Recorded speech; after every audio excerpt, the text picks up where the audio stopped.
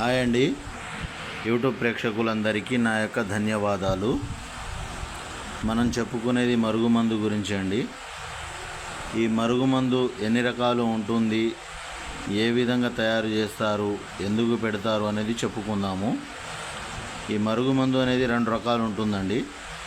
ఒకటి కడుపుకు పెట్టేది, అంటే తినే తాగే దాంట్లో కలిపి పెట్టేది. తినే తాగే దాంట్లో అంటే జ్యూస్లలో, లేకుంటే బిర్యానీల్లో, లేకుంటే కర్రీస్లలో, లేకుంటే ఏ ఆహార పదార్థాలలోనైనా జ్యూస్లలోనైనా పెట్టవచ్చు. ఇంకొకటి బట్టలకు, చెప్పులకు, వంటికి, తలకు పూసేదండి. ఇది ఆయిల్ రూపంలో ఉంటుంది. చూడండి, ఇగో ఆ ఆయిల్ రూపంలో ఉన్నది మనకు కనబడుతుంది. చూడండి వీడియోలో. ఈ ఆయిల్ రూపంలో ఉన్నది మనం పూసేది, బట్టలకు, చెప్పులకు, వంటికి, తలకు పూసేదన్నమాట. ఇగో ఈ పౌడర్ రూపంలో ఉన్నది తినే తాగే దాంట్లో పెట్టేది, కడుపుకు పెట్టేది. ఈ పౌడర్ రూపంలో ఉన్నది. ఇంకొక పౌడర్ రూపంలో ఉన్న ఎల్లో కలర్లో ఉన్నది మనకు ఇరుగుడు అమ్మ. ఇది చూడండి, ఇరుగుడు. ఇది వచ్చేసి ఇరుగుడు.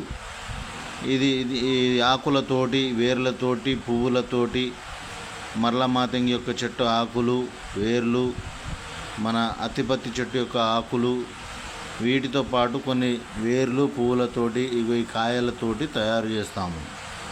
ఈ మరుగుమందు ఎందుకు ఉపయోగిస్తామంటే భార్యాభర్తల మధ్య గొడవలు ఉన్నా, అత్త కోడల మధ్య గిట్టకపోయినా, లేకుంటే తల్లిదండ్రుల మాట వినని పిల్లలకు, లేకుంటే ప్రేమించి మోసం చేసిన వారికి, లేకుంటే పెళ్లి చేసుకుంటా అని నమ్మించి మోసం చేసిన వారికి, లేకుంటే మన దగ్గర డబ్బులు తీసుకొని వాపసు ఇవ్వని వారికి, ఒక మాటలో చెప్పాలంటే ఇది మన మాట వినని వారికి మన మాట వినే విధంగా చేసుకోవడానికి ఉపయోగిస్తారు.